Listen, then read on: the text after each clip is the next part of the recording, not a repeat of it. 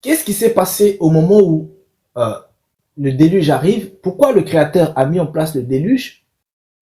Il aurait très bien pu détruire la terre par autre chose, le feu ou autre. Il l'a fait par l'eau pour les emprisonner, parce que c'était des esprits. Donc quand le monde a été noyé, c'était pour que eux soient emprisonnés, parce que dès que eux ils étaient pris dans les eaux, c'était une prison pour eux, contrairement à l'homme qui est pris dans l'eau mais qui peut sortir. Mais eux, vu qu'ils avaient un aspect esprit, quand ils sont pris dans l'eau, ils peuvent plus sortir. Donc ils étaient bloqués. Donc déjà le problème a commencé à ce niveau-là. Donc la solution c'était de les bloquer dans les eaux. Maintenant, ce qui s'est passé, c'est qu'entre-temps, eux, ils avaient d'abord mis en place un système pour être régis. Mais c'est pas totalement eux qui ont mis ça en place. C'est le système de la mort même. Donc, à cause d'eux, la mort a été obligée de s'adapter. C'est-à-dire, Oui, oui. la mort s'est développée. Mm. Donc, la mort qui était censée contrôler uniquement le système sous terre, et bien à travers eux, la mort s'est développée sur ce qui est aussi au-dessus de la terre. Et la mort a pu se développer à travers un aspect spécifique qui s'appelle Amon. Appelle comment? Pardon? Quand Amon, Amon, Amon que vous connaissez en Égypte, la divinité Amon, Ok. Mhm. les Ammoniens. Cette divinité Amon, quand vous êtes en Égypte, notamment à Hermopolis, vous avez les parèdres, les obdoades. Et dans les obdoades, vous avez des couples. Donc le couple qui est avec Amon, c'est l'autre couple, c'est Amenti. Donc le parèdre d'Amon, c'est-à-dire le féminin d'Amon, c'est Amenti. Et qu'est-ce que c'est que l'Amenti? C'est le nirvana. C'est le paradis des catholiques. En gros, c'est aussi le paradis des chrétiens. Mhm. Donc, vous comprenez bien ici que la mort s'est prolongée à travers l'Amenti. Dans la mort qui régnait sous terre, s'est prolongée sur la terre jusqu'à dans le premier ciel. Et ça, c'est le principe de l'Amenti. Donc, les êtres vont pouvoir traverser la 4e dimension pour entrer dans la 5e dimension. Et la 5e dimension, c'est l'Amenti. Mais quand vous êtes déjà dans la 4e dimension, vous êtes dans l'interface pour atteindre l'Amenti. Donc, vous êtes déjà dans l'Amenti. C'est pour ça que chez les Égyptiens, quand les personnes n'étaient pas capables d'entrer dans l'Amenti, qu'est-ce qui se passait? Pour certains, ils sont rejetés dans la 4e dimension et là, ils vont faire le cycle de la réincarnation. D'autres, ils vont être rejetés dans le monde minéral, c'est-à-dire le monde infernal. Et quand ils sont rejetés dans le monde infernal, c'est là où ils vont être punis là-bas. Donc, vous avez vu, le système s'est mis en place pour justement gérer ces êtres-là à travers la divinité Amon et l'Amenti. Donc, la mort a tissé une alliance avec Amon pour pouvoir contrôler l'entre-ciel et le premier ciel. Et c'est comme ça que Osiris, chez les Égyptiens, a pu contrôler tout le cycle entre le système infernal, c'est-à-dire là où pour eux, vous aviez Anubis qui représentait cet aspect de mort, et le système du haut. Et entre les deux, c'était l'ammonien. Donc, vous aviez Anubis, Amon, Amenti, et Osiris règne dans tout le sphère. Et c'est comme ça que le système osirien s'est mis en place. Donc, qui a mis en place ça? C'est Osiris. Frère Éveil. Du coup, moi, j'ai une interrogation qui surgit. Parce que sur les 200 chefs des veilleurs, les 72 qui constituent le panthéon, on va dire quoi, comment ça s'appelle, bovin, là. Les 72 qui constituent le panthéon bovin, là. Enfin, de ce que je crois savoir, ils ont fait une réplique un peu du royaume des cieux dans la 5e dimension. Mais si ils avaient été justement, enfin, comment ils ont fait pour se retrouver dans la 5e dimension? Tout simplement. Lucifer et compagnie. Déjà, le royaume des cieux ne contient pas 72. Hein. Oui. Voilà. En fait, dans les choses au 20, vous avez 70 plus 1 qui est le chef des 70. C'est pour ça que vous avez vu que Moïse avait partagé son esprit sur 70 anciens. Et Jésus a envoyé aussi 70 disciples. Donc Jésus est le 71e. Moïse était le 71e. Donc avec les ovins, c'est 70 plus 1. Maintenant, d'où vient la notion de 72? C'est parce que il y en a un qui s'intègre en fait au milieu des 70 et qui constitue en fait un étranger au milieu. Et c'est cet étranger qui est toujours le traître. Dans cet étranger qui est toujours le traître, c'est lui qui constitue le 72e. Donc la notion de 72, c'est plus pour les choses bovines. Dans ça, ils n'ont pas récupéré chez les ovins.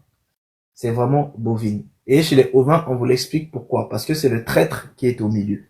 Et c'est pour ça que eux, ils ont maintenu le 72 parce que eux, ils conçoivent ça avec ce traître-là. Et du coup, ça fait 72. C'est pour ça que vous allez toujours retrouver 72 dans les choses, en fait, des bovins. Maintenant, ce qu'il faut comprendre, c'est que le système qui a été mis en place est un système osirien. Maintenant, il faut savoir qui est Osiris. Parce que le problème, c'est que les gens ne comprennent pas qui est Osiris. Osiris n'est pas le dieu de la mort.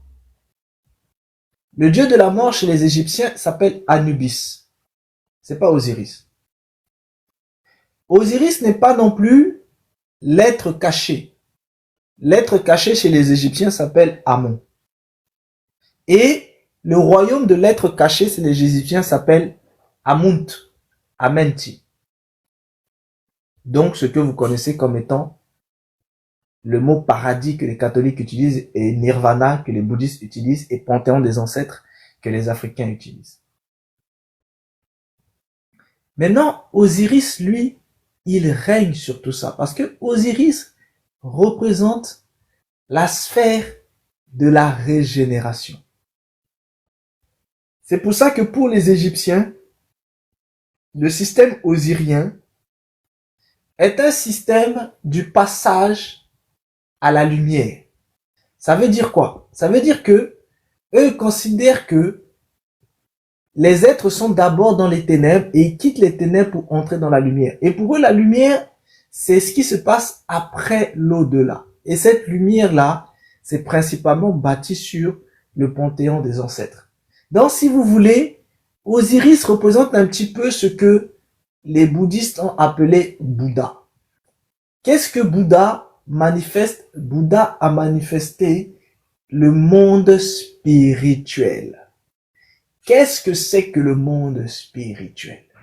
Pour que vous compreniez ce que le monde appelle le monde spirituel, vous devez comprendre aussi les équivalences avec chez les ovins, c'est-à-dire je vous ai parlé des porteurs de vie, et quand je vous ai parlé des porteurs de vie, je vous ai parlé des catégories.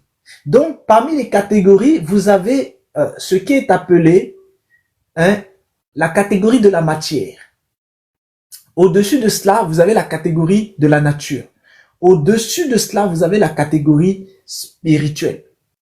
Et au-dessus de la catégorie spirituelle, vous avez la catégorie éternelle.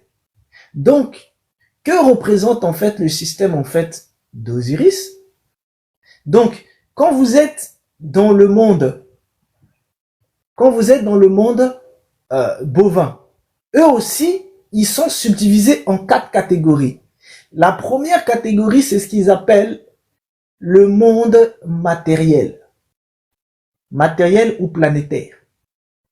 La deuxième catégorie, c'est ce qu'ils appellent le monde astral. La troisième catégorie, c'est ce qu'ils appellent le monde solaire. Et la quatrième catégorie, c'est ce qu'ils appellent le monde spirituel. Donc, pour pouvoir comprendre les sphères des questions que vous êtes en train de poser, c'est à ces niveaux-là de ces mondes-là. Donc, vous voyez, quand on vous parle des différents chakras, les 12 chakras sont subdivisés toujours en distinction. C'est-à-dire, ils sont subdivisés en 3. Donc, chaque niveau de 3 représente un niveau supérieur.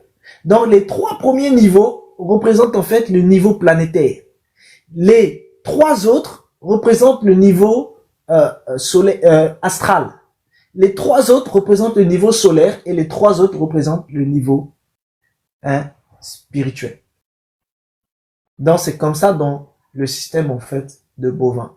Et donc, c'est sur cette base-là que ce cycle-là a été façonné.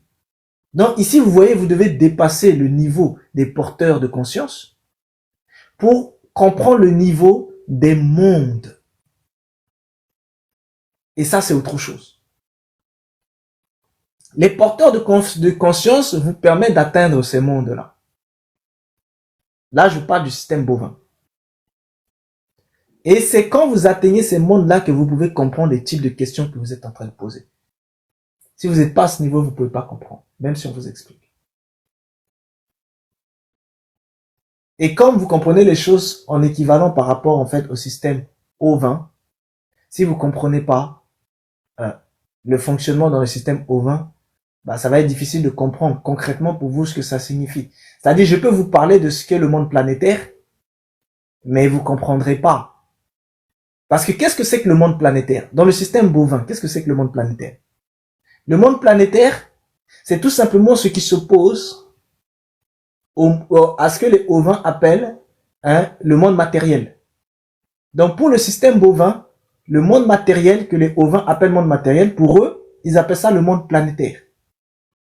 Planétaire ou terrestre. Bon, ce monde planétaire ou terrestre-là, il est régi par un certain nombre de choses, c'est-à-dire par les choses matérielles. Et ça, il faut que vous compreniez en fait les différents porteurs de vie dont je vous ai parlé. Et pareil, vous devez comprendre aussi à travers les porteurs de conscience pour comprendre dans le système bovin et à travers le système de chakra. Chaque porte de chakra vous ouvre des aspects dans ces mondes-là. Les premières portes vous ouvrent des aspects dans le monde planétaire, c'est-à-dire le monde terrestre. Donc, vous avez le chakra super racine, vous avez le chakra racine et le chakra sacré. Tout ça, ce sont des chakras qui vous ouvrent les portes du monde planétaire. Parce que, par exemple, naturellement, les chrétiens vont assimiler des choses au terme de Lucifer. Mais concrètement, que signifie Lucifer? Qu'est-ce que ça veut dire? Yal avait posé la question tout à l'heure. Pour assimiler un petit peu Lucifer, en fait, avec plus ou moins le système osirien. Mais Lucifer signifie quoi? Vous voyez un peu? Que signifie Lucifer? Et quel lien y aurait-il entre Lucifer et Osiris?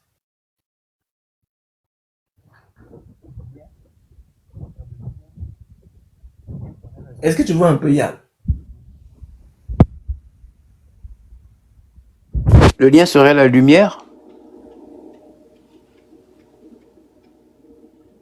C'est-à-dire, comment? Puisque Osiris, dans son cycle des 24 heures d'Osiris, est justement à chaque cycle solaire, chaque jour en fait, chaque lever du jour, il incarne justement cette lumière-là du renouveau, de la renaissance. Et Lucifer étant porteur de lumière.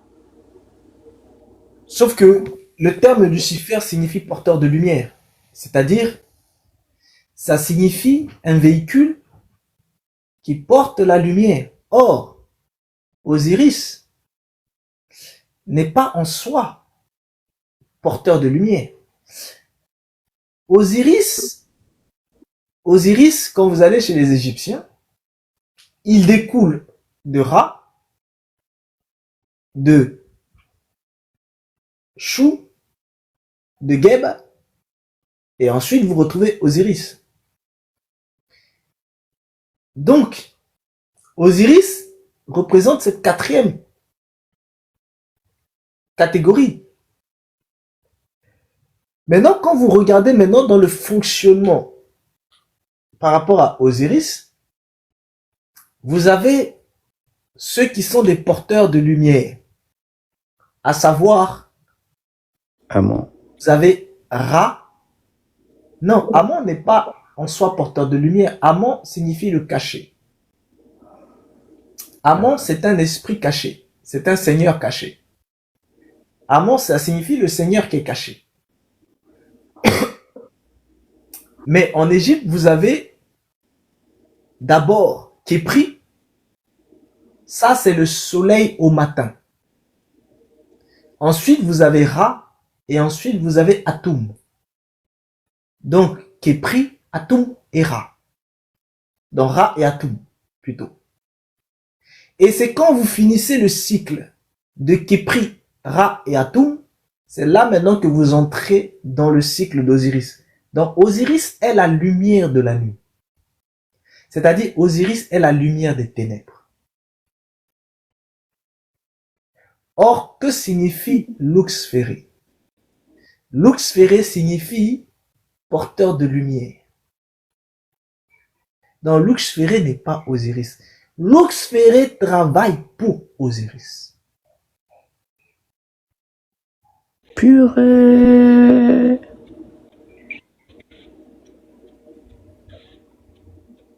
Mais c'est dingue ça. Il y a des gens comme les Yehudaïs qui connaissent pas grand chose, qui ont voulu sortir des théories pour assimiler Osiris avec Lucifer. C'est parce qu'ils ne comprennent pas déjà les spiritualités égyptiennes. C'est dingue ce que tu viens de dire là. Et encore moins les spiritualités dans le monde. Osiris en Égypte ne règne pas dans le jour, Osiris règne dans la nuit. C'est pour ça que quand Ra se retrouve dans le cycle de la nuit avec sa barque, il est sous la protection d'Osiris parce que il est combattu par le serpent Apophis. Mais puisque et Ra, oui, Osiris n'a pas absorbé Horus, il ne devient pas Horus. Non, quand Ra se retrouve dans le cycle de la nuit, il est dans une barque, et cette barque-là, il y a Horus et il y a Thoth, Djeuti. Donc, Thoth représente la notion de la pensée, et Horus représente la notion de l'action. Donc, Thoth pense comment la barque doit avancer, c'est-à-dire c'est la sphère de la sagesse, et Horus fait avancer la barque, c'est-à-dire c'est la sphère de la parole agissante, de l'action. Donc la pensée et l'action. Ça, c'est Thoth et Horus. Mais ils sont les conducteurs de la barque de Ra. Et Ra se trouve dans cette barque-là qui doit traverser le cycle de la nuit.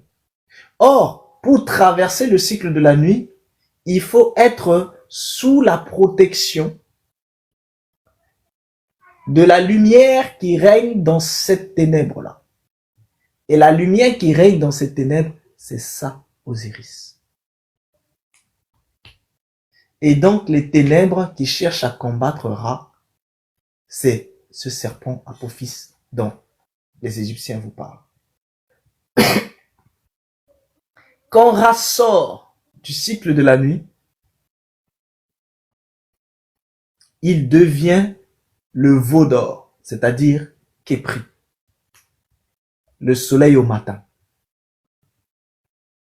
Et le soleil au matin manifeste justement celui qui porte la lumière.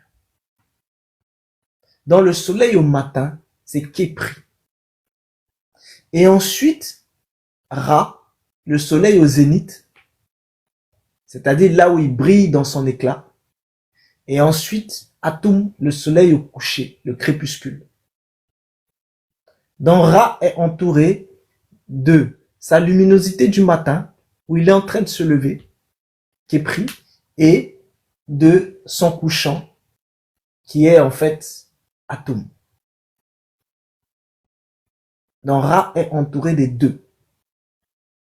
Mais entre au moment où on quitte la nuit et qu'on arrive à Atum, enfin, quand on quitte la nuit et qu'on arrive à Képri, et quand on quitte le jour et qu'on entre dans le cycle de la nuit, donc pour arriver à Osiris, donc entre Osiris et Képri, et entre Atum et Osiris, eh ben, il y a un être. C'est cet être-là qui est appelé justement l'étoile qui se lève le matin, c'est-à-dire l'Oxférie.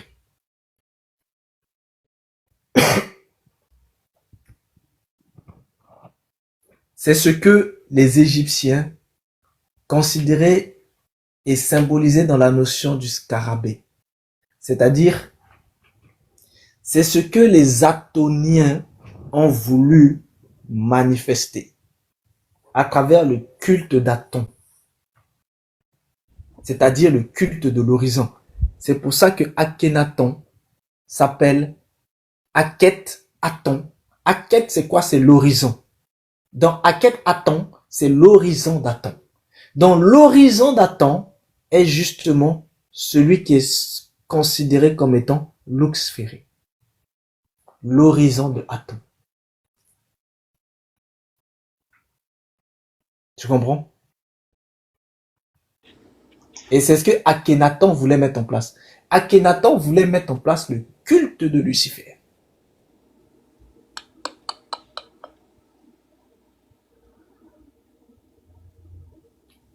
Waouh. Donc voilà. Ce culte-là qui est matérialisé aujourd'hui par la chrétienté, quoi. C'est le culte là où les Kémites Bien courent, sûr. non? Comment? Bien Bien sûr.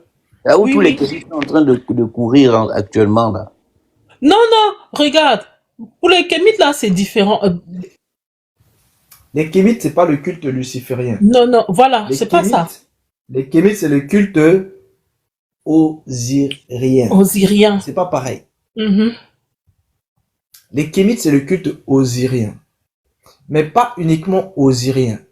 Les Kémites, si vous voulez, c'est un mélange du culte osirien, Et ammonien. du culte atonien et du culte ammonien. Mhm. C'est ce mélange-là que certains mettent en place à travers justement Atum-Ra, c'est-à-dire le disque solaire. Le culte du disque solaire, c'est le culte globalisé de Lucifer. Est-ce que vous comprenez? Le syncrétisme. Mhm. Ok. D'accord. C'est un syncrétisme Ouais. entre les spiritualités africaines et les spiritualités kabbalistiques et lucifériennes. C'est-à-dire un mélange de la magie luciférienne avec les spiritualités osiriennes.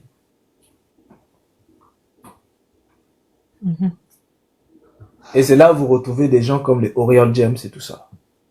Donc, et tout ça là, et c'est eux tous là qui ont façonné cette histoire de purgatoire qu'ils enseignent dans les églises alors. Non, mais c'est dangereux, Tata Eben. Ben oui, je comprends maintenant pourquoi le jour là on m'a chassé. Ben oui. Si Parce que Lucifer j'ai posé une vraie question. et qu'ils emmènent les gens vers justement le culte d'Osiris. Bien sûr. Oh, Jesus. Parce que, regarde, la question même que j'avais... Oui. Ce que vous devez comprendre, c'est que Osiris, c'est quelque chose dont les gens comprennent pas ce que c'est en fait en vérité. Osiris, je vous ai dit que quand Ra se retrouve dans le cycle de la nuit, il est obligé d'être défendu par Osiris. Parce que Osiris est l'esprit qui règne dans les ténèbres. C'est ça Osiris. Donc, quand les ténèbres règnent aussi dans le jour, ça veut dire que Osiris règne à la fois dans la nuit et aussi dans les ténèbres. Maintenant, comment Osiris a pu prendre le contrôle de la nuit? C'est parce qu'il a contrôlé Isis. Que représente Isis? Isis représente tout simplement, quand vous êtes dans les sphères, pas seulement de Isis, dans les sphères de Isis et de Hathor, parce que les Égyptiens séparent un petit peu les deux, les Gréco-Romains, eux, vont relier un petit peu les deux. Quand vous êtes dans les sphères de Isis et de Hathor, vous allez très facilement, en fait, tomber dans ce que la Bible vous appelle la reine du ciel.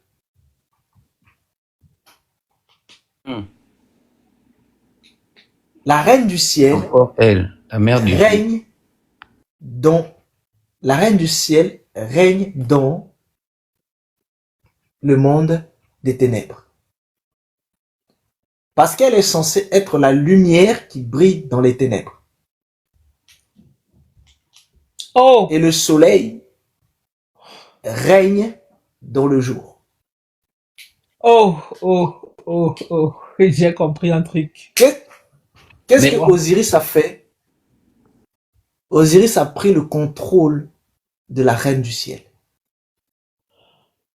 Et en prenant le contrôle de la reine du ciel, il peut ensuite prendre le contrôle du roi du jour. C'est-à-dire, il prend le contrôle de la lune et du soleil. Et dès lors, il a le contrôle de la totalité des 24. C'est que c'est vraiment... Osiris est d'un danger dont vous n'avez pas idée. Les gens ne comprennent pas c'est quoi Osiris. Du coup, Osiris n'est pas camarade de quelqu'un. Est-ce qu'il ne fait pas partie des 7? Pour être aussi dangereux, est-ce qu'il ne fait pas partie des 7? Mais il y a Al. Il est l'esprit qui contrôle tout. C'est ce que je dis.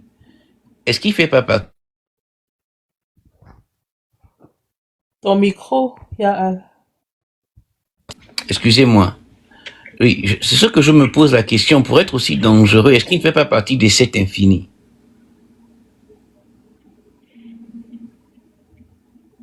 Il y a les 7 ne sont que des manifestations de lui. C'est ça. Il est l'esprit qui contrôle tout, qui chapeaute tout. Lui, oh! C'est pour ça. Oh! Je viens de comprendre. C'est pour ça que ceux qui sont en train d'adorer Osiris vous disent que Osiris est le Messie. Rappelez-vous quoi? Quand vous êtes dans l'Apocalypse, Jésus est celui qui contrôle les 7. Bah, Osiris aussi, de son côté là-bas, il est celui qui contrôle les sept. Les sept. Donc Osiris est celui qui s'oppose directement à Jésus-Christ. L'Antichrist. Ok, oh. Celui que les Askénazes attendent. Donc, Ouh. les enfants de la lune. Bon, je pense que j'ai beaucoup dit aujourd'hui. Non, tu as beaucoup parlé aujourd'hui. Merci. Ça aide, ça fait du bien, franchement. Merci beaucoup. Waouh, waouh, waouh, waouh. Merci, Rebelle, merci. Bon, le peu que tu as donné là est déjà beaucoup, beaucoup même. Donc, merci beaucoup. Ça m'aide à comprendre pourquoi j'étais chassée. Réveil. Ça veut dire que c'est lui que les Kémites, ils adorent. Les Kémites ne comprennent même pas qui est Osiris. Ils ne connaissent pas. Eux tous, ils comprennent pas qui est Osiris. Ils adorent quelqu'un sans savoir qui il est, en fait. C'est l'un des deux, en fait. En fait, le monde entier adore Osiris, mais ils ne savent pas qu'ils adorent Osiris. Parce que tout le système de la transmutation à partir du vivant, c'est tout simplement une adaptation ammonienne. Écoutez bien, c'est une adaptation ammonienne du culte d'Osiris. Maintenant, je vais aussi vous donner un petit secret.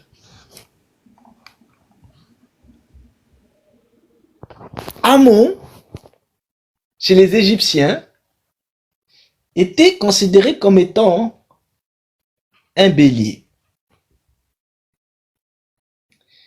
Maintenant, dans certaines spiritualités, il y a aussi un être qui est assimilé au bélier. Donc, je vous laisse aller chercher.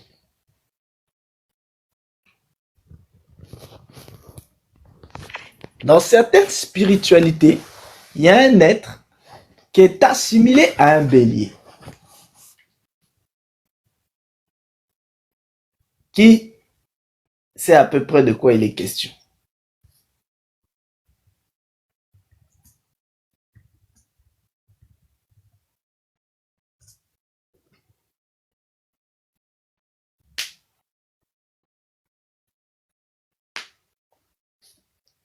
Qui sait à peu près? On peut prononcer son nom là ici. C'est pas... Attends. C'est pas Baphomet, non.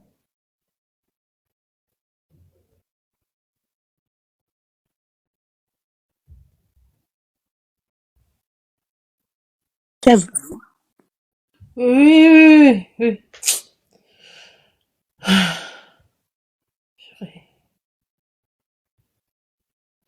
beaucoup de stars qui imitent la chèvre là, en tout cas. Associé. Assimilé. Quelqu'un qui veut monter.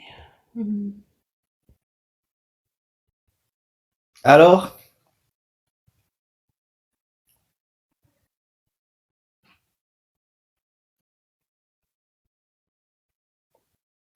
exprimez-vous, hein? C'est ça que les stars adorent, non? Et la chèvre là, le bélier.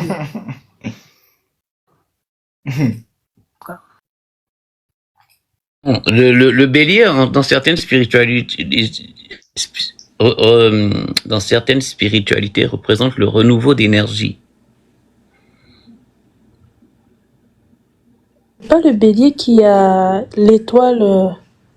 Je sais pas si vous voyez cette image.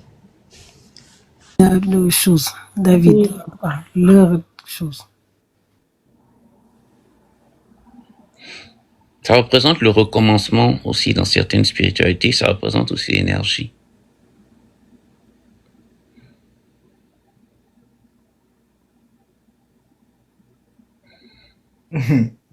Bon, ça, Même c'est ça pour la prochaine fois. Dans le zodiaque même, c'est lié à l'énergie. En tout cas. Là, ce sera la La prochaine question fois. est, la question que le frère Réveil a posée, c'est qui est assimilé au bélier dans certaines spiritualités? C'est qui? Ce n'est pas quoi, c'est qui? Quand tu vois déjà le quoi là, l'énergie, renouveau, on vient d'en parler, renouveau d'énergie, renouvellement et énergie. En tout cas, on va faire des fouilles, mais Hmm. ça fait peur. Bon, l'énergie, tu sais qu'elle peut provenir de plusieurs choses, non? Donc, ici, la question est précise. Le qui. Si tu pars du quoi pour avoir le qui, ce sera difficile, en fait. En tout cas, lui, il était au vin. Hein. Après, il a désobéi, il est allé là-bas. Ça, c'est Mais c'est ça, c'est le traite là. Le traite là qui est parti dans les 72 là. Mais donne son nom, Le délire là. Le traite là. mais donne son nom. Son nom c'est traite. Ouais, il faut donner son nom, ou bien... Il a dit le traître.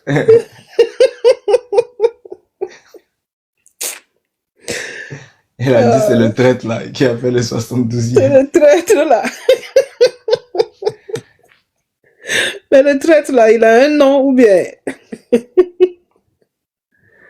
Non mais ça veut dire que en fait il tire les ficelles depuis. Mais c'est qui? Il y a Il a fait tomber. Non, Attends, c'est Taïben. Osiris, non, si je comprends bien, c'est pas Osiris.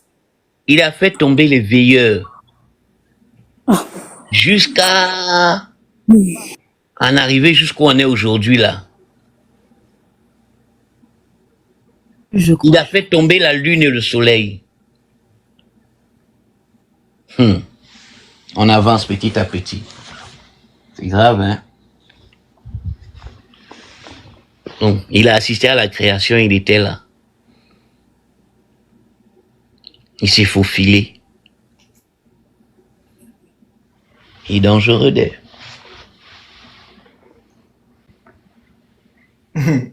C'est Bon, ça, ça va être un devoir que vous allez pouvoir chercher. c'est la réponse que Roman venait de dire là, non, Osiris. J'ai dit, je n'ai plus de... Mon cerveau est au ralenti, en fait. Enfin, si je suis bien ce que M. Réveil a dit, je ne vois que, enfin, dans ma tête, je vois que lui. Oui, mais c'est un autre nom qui le représente dans les autres. Ah, ok, comme Non, ça. c'est pas lui. Vu qu'on a dit Osiris menace tous les autres. Le bélier, lui, c'est son cousin ou bien c'est son petit frère? Symbole. Là, ne nous En fait, ramène pas ailleurs. c'est avec le bélier que Osiris a pu tout contrôler parce que Osiris, les Égyptiens vous disent que Osiris a justement en fait des enfants, notamment Osiris va avoir en fait des êtres qui lui sont soumis, notamment Anubis, qui est le dieu des morts. Donc, quand les chrétiens, par exemple, appellent l'ange de la mort, pour les Égyptiens, l'ange de la mort, c'est Anubis, qui est appelé le dieu des morts. Donc, là où dans les chrétiens, c'est ange, dans les spiritualités du monde, c'est dit Dieu. Donc, le dieu des morts qui est Anubis, c'est ce qui est appelé l'ange de la mort. Et l'ange de la mort marche avec le séjour des morts. Donc, Anubis marche avec son royaume. De l'autre côté, vous avez Osiris, qui lui est une entité à part, qui sert d'un cycle de réincarnation. Pas seulement de réincarnation, un cycle de régénération. Mais pour qu'il puisse mettre en place cette régénération dans le système bâti, il lui fallait un autre être qui était justement Amon. Amon, à travers Amenti, va servir au pouvoir mettre en place justement tout le système des panthéons ancestraux. Et Amon représente en fait le bélier. Maintenant, ce système ancestral est contrôlé par Osiris. Dans un premier temps, sous la couverture de la lune et du soleil. Donc Osiris n'est pas la lune, Osiris n'est pas le soleil. Les Égyptiens, eux, ils séparaient ces aspects-là en deux. Le ciel, pour eux, c'était Hathor, ou vous préférez Nout. Mais vous avez aussi de ces sphères, en fait, de Isis. Donc, les mélanges des deux, Hathor et Isis, ça représente la sphère de la reine du ciel. Donc, le ciel, plus ce qui règne dedans, ça vous donne en fait la reine du ciel telle que vous les connaissez dans les sphères bibliques. Mais ça ne s'arrête pas là. De l'autre côté, il y a le soleil, qui est Ra. Mais pour que Osiris puisse contrôler en fait le tout, il fallait d'abord que Osiris prenne contrôle d'Amon. Quand Osiris a pris le contrôle d'Amon, il a pu installer le système de régénération. Mais il lui manquait un problème pour installer son système de régénération à partir des vivants. Donc quand la vérité a été manifestée par Jésus, Osiris a récupéré cela, c'est-à-dire les adeptes d'Osiris, mais bien sûr c'est l'esprit d'Osiris qui est en eux, et ils ont façonné justement à partir de l'Égypte ancienne, ils ont façonné une nouvelle forme de spiritualité et c'est elle qui règne dans tout ce monde que vous voyez à travers le système des initiations transmutationnelles. Donc, les initiations transmutationnelles, ce sont tout simplement des transformations osiriennes à partir du mensonge régénérateur. Donc, pour que Osiris puisse mettre en place son initiation transmutationnelle à partir du vivant, il lui fallait travailler maintenant en accord avec un autre être qui est tout simplement le mensonge. Et le mensonge, vous le connaissez comme étant Satan. Donc, maintenant, le travail que je vous donne, c'est d'aller chercher qui est l'entité. Qui est l'entité qui était aussi un bélier dans d'autres spiritualités que la spiritualité égyptienne.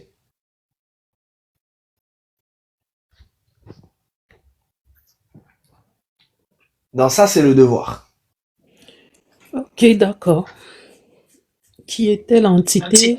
Il y a, quand je regarde mes images dans le film American God là, comment il s'appelle, le père du petit là, l'un de ses symboles c'est le bélier, Odin. Dans American God, quand ils vont dans le manège là, Odin se change en bélier luminescent. Je sais pas si c'est moi, mais ça coupe, hein. On t'entend mal. Dans American God, quand ils vont dans le manège là, Odin se change en bélier luminescent. Je sais pas si tu te souviens du film, de la série. Tu m'entends? Dans la série American God, quand ils vont dans leur manège où chaque divinité reprend son visage, Odin est changé à un bélier de feu, en fait. Au lieu de prendre la forme de corbeau, il est changé en un bélier de feu, en fait.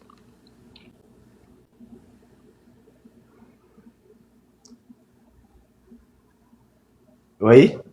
Est-ce que c'est pas lui? Sauf que Odin est présent dans plusieurs, sous d'autres noms. En fait.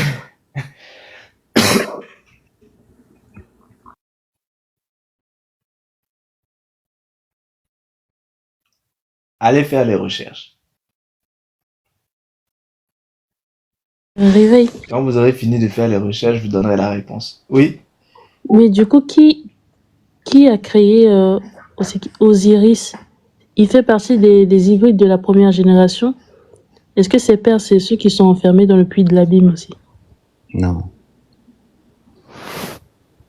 Il les a trompés eux tous.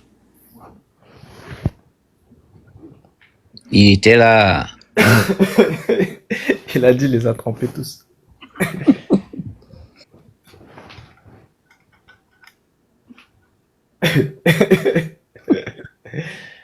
Oui, on peut dire ça comme ça, il les a trompés tous. On dirait que c'est un big en fait.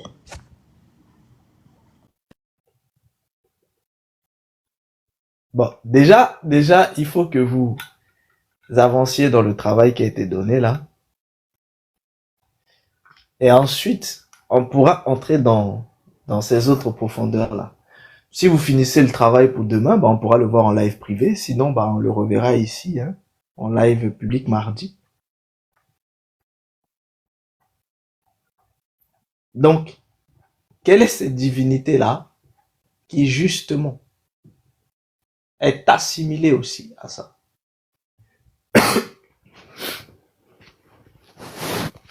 Et là, vous allez pouvoir comprendre beaucoup de choses. Parfois, il y a des choses, C'est suivant la spiritualité, réveil, ou bien il a un nom précis pour qui chapeaute toutes les spiritualités en fait. non, il a un nom qui va se retrouver vraiment Dans beaucoup de... Ok, d'accord. Voilà, Ça va, en fait, je comprends. les Égyptiens l'ont appelé Amon. Mais d'autres l'appellent autrement.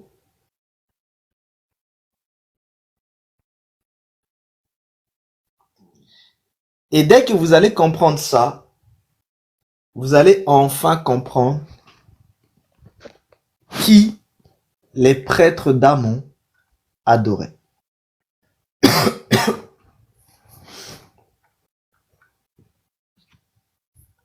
Et toutes les personnes qui viennent à vous et qui vous disent qu'ils sont des Ammoniens, vous allez comprendre qui ils adorent.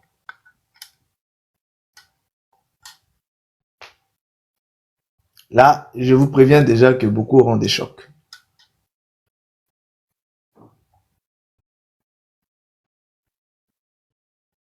Je dis ça, je dis rien. Mais il faut que vous allez faire les recherches. Ok. Je tombe de sommeil, la famille. Merci, moi je vais vous laisser. Reposez-vous bien. Voilà. Donc, vraiment, bonne recherche. Et on revient dessus. Si vos recherches avancent, on revient dessus demain. Si vos recherches n'avancent pas, on revient dessus mardi, du coup. Sûr que la réponse est dans les anciens lives. Tu nous as déjà dit ça, c'est sûr. Iman. D'une autre manière, mais pas forcément comme ça, là. Non, parce que là, en fait, c'est pour vous emmener. En fait, c'est quelque chose que je vous dis tout le temps. Mais vous compreniez pas, en fait, pourquoi je vous disais ça.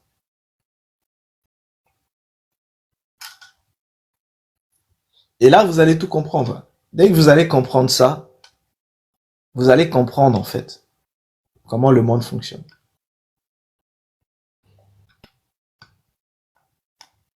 Ben, ça, c'est la base. C'est pour ça que je vous dis, ne négligez pas les choses qui se faisaient en Égypte ancienne. Parce que c'est la base même, hein, de la compréhension du mélange de la civilisation et de la religion. C'est là où tout s'est syncrétisé, en fait. C'est pour ça que toutes les spiritualités aujourd'hui, toutes les religions aujourd'hui, toutes les civilisations aujourd'hui, ne sont que des reflets de la civilisation égyptienne.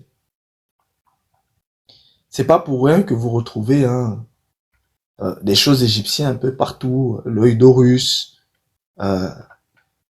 les billets, tout ça, vous allez retrouver tout ça, les présences osiriennes, le culte d'Osiris dans les religions chrétiennes. C'est pas pour rien.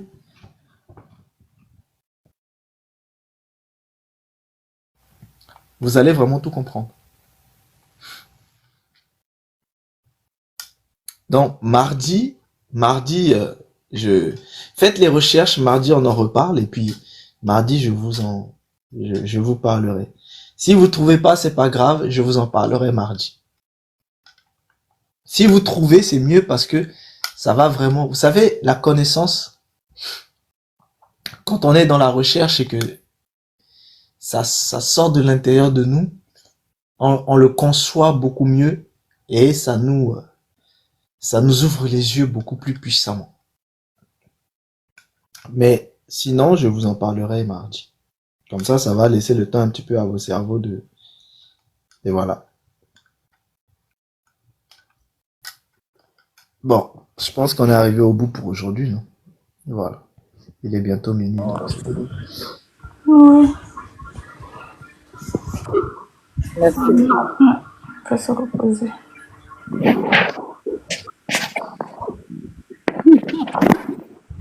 Donc, merci la famille.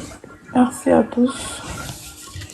En tout cas, merci à tous. C'était un très beau live, très nourrissant. Très bonne discussion. Ok. Beaucoup. On se dit à demain dans le live privé.